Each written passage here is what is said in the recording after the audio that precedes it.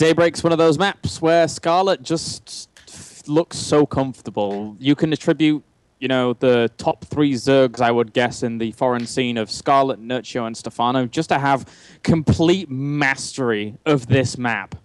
So if it gets too far and Scarlett is allowed to get up to her most desirable composition of Broodlords and Infestors, she can claim dominion across the middle of the map with the architectural advantages, and then from there on, Brown's going to have a hard time, I think.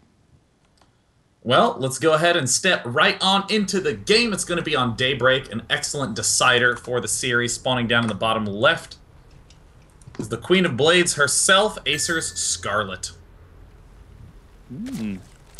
And spawning up into our top right-hand corner, bringing it back 1-1. Just needs one more win to advance on to the round of 16. His name is No Team Brown.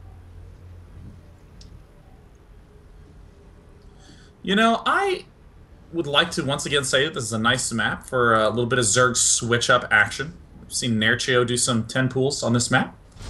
Never really seen Scarlett do it, but I think it's going to continue to be one of these situations where Scarlett tries to identify any passivity in her opponent and way overexpand.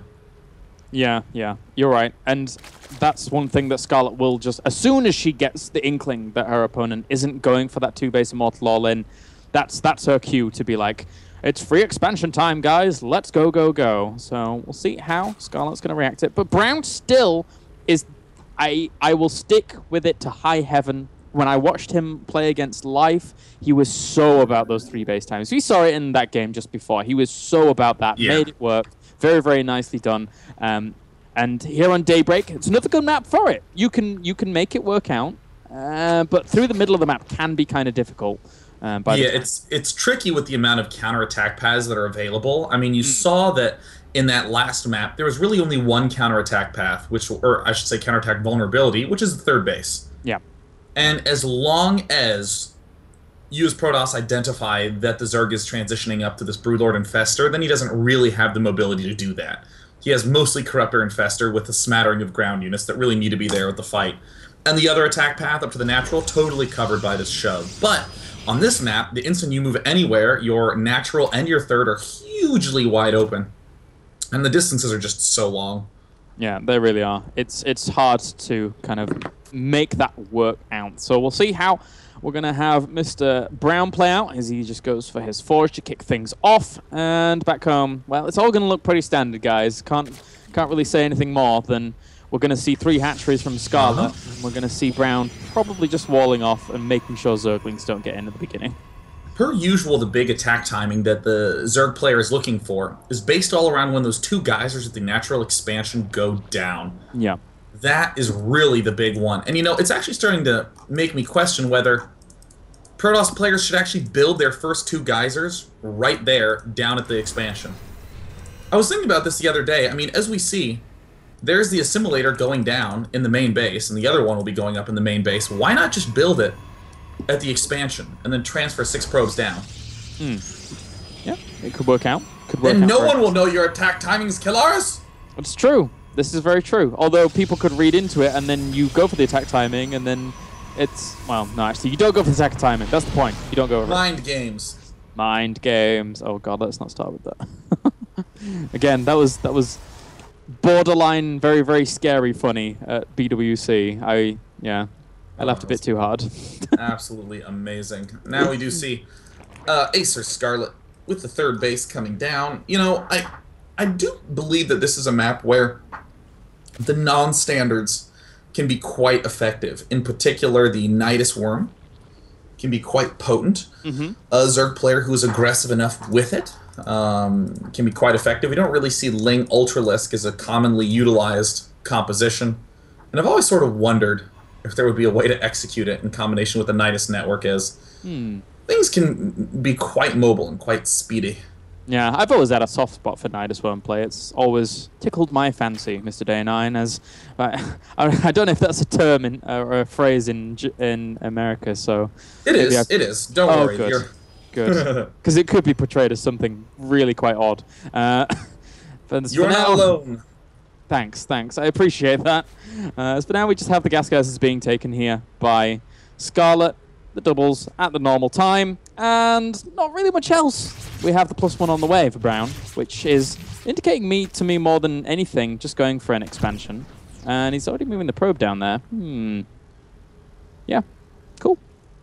Yep, things are literally the scripted standard of all standard play. Looks like we're seeing Brown add on some extra gateways. How many Chronoboosts have gone down on this war gate? Doesn't look like a tremendous amount, but let's go ahead and check up on the timing. It still looks like 80 seconds away, so if he spends 2 Chronoboosts, he can end up getting that warp gate research finished at 8 minutes for a push, but this is looking a lot more like a defensive push to the third technique. A Twilight Council generally plops down right around now, and the third base ends up being the next target. Did you see how sneaky this probe was down to the south? Like, oh, he's adding on extra gateways. He's going up to 6 gateways. Is he going to go for... he's going to go for a 7-gate. Well, this probe down to the very south was so sneaky about getting out from that Overlord through the third. And Scarlet right now has to be very, very meticulous about spotting these pylons. Well, Scarlet does have the Overlords in excellent positions to be able to see the attack paths and is checking pretty aggressively on her north side of the map, but pretty much nowhere else. This could be odd, as for now we do have more pylons going down for Brown, assuming that he's going to get aggressive with all of these gateways, which, again, it's pretty much a foregone conclusion. If you're not going to get aggressive with this, then you're in a bit of a weird spot. You have all of these gateways doing nothing. The mind games. Just, oh, you scout 7 gateways, I'm just going to expand. Now, the real thing that you have to do as a Zerg player is just instantly go for Burrow and then try to hold on. Because if you get Burrow, there's absolutely nothing that you can really do. Wait, did Scarlet end up seeing that with the Overlord? Oh, that would be huge if Scarlet ended up seeing that. It looks like barely not. So this is already a really rough defensive position for Scarlet to be in.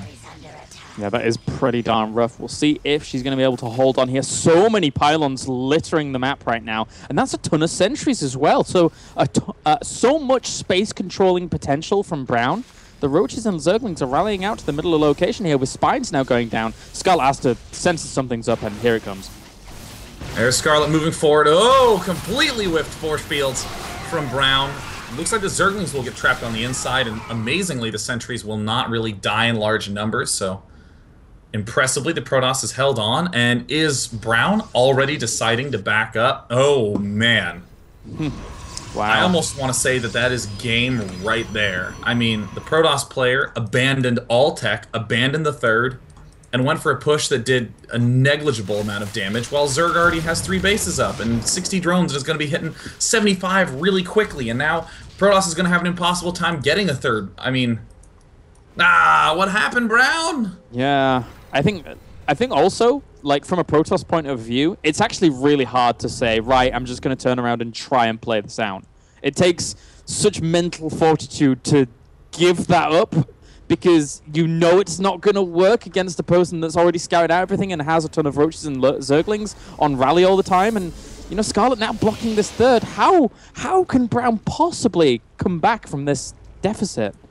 I mean, in my eyes, it's just do a follow-up all-in, and instead of a +1 Immortal Sentry all-in, you do a +2 Immortal Sentry Stalker with a Blink all-in. And I think that Scarlet will just pound it right into the ground.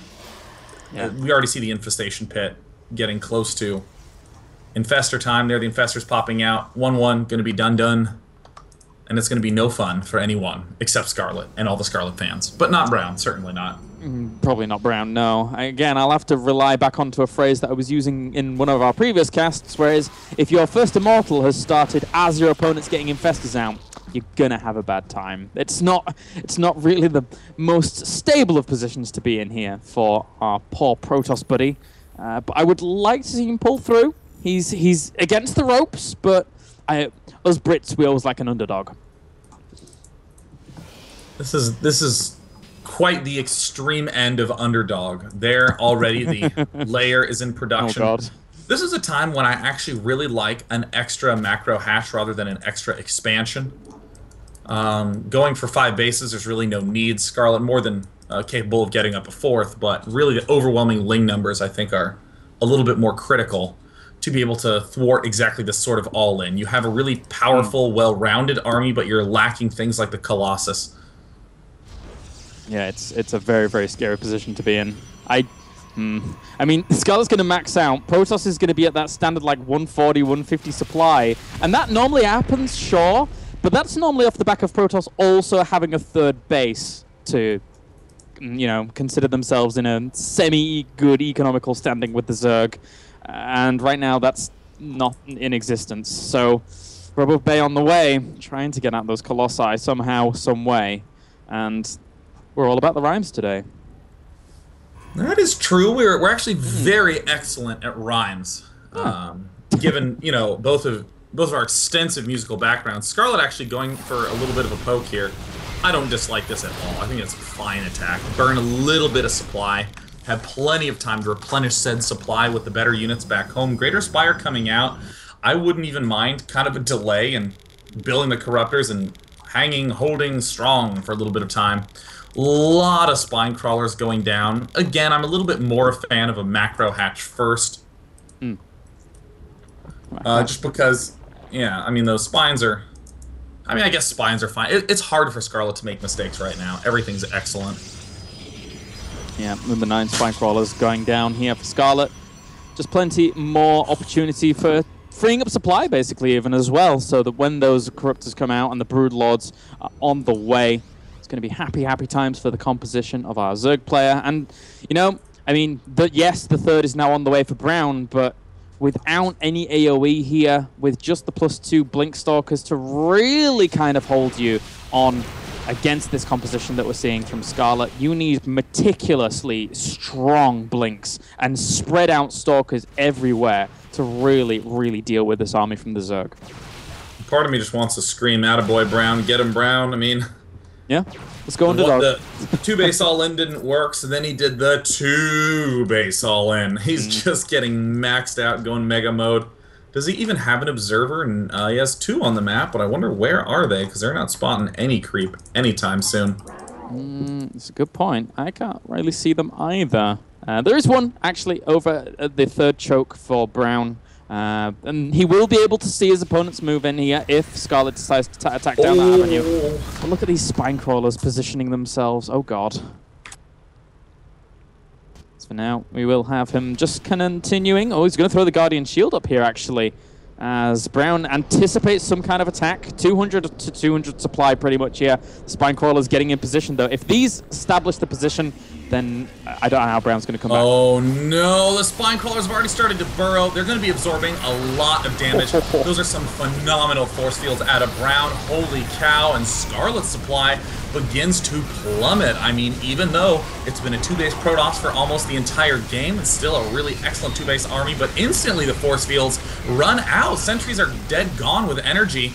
And we're seeing Scarlett just overrunning in classic Zerg style. I mean, the Brood Lord's kind of showing up a little bit late to the party, as the Zerg player has already won the positional war. Scarlett, yes, pulls back. Did make that mistake in the last game on Cloud Kingdom, but now we'll return to the safety and warm, loving embrace of a giant wall of Spine Crawlers. Yeah, Blink Stalkers are pretty good. They've got a good concave here. I don't think they're going to be enough to shut down the rest of what we're seeing here from Scarlett. She does have the 4 Broodlords with 1 more morphing in, but even if the Stalkers wanted to blink up and try and take down some of those Broodlords, they wouldn't be able to in time before all, well, maybe they would kill them off, but they would all die to Spines, Zerglings, Roaches, Infestors, and that's not a good position to be in either. So far down right now, 80 supply down, with Colossus on the way, but there's just so much for Scarlett constantly rallying across the map. Scarlett punishes mistakes fantastically. And we already saw Brown just make a simple mistake, try to go for an all-in, abandon the all-in, having done no damage, and then try to hope that a backup all-in would work, but nope, Scarlett's not going to let that pan out at any point in time. Didn't even let the attack happen, just rode out to meet with Spine Crawlers. Overwhelming, good game. AcerScarlett is first place in Group C.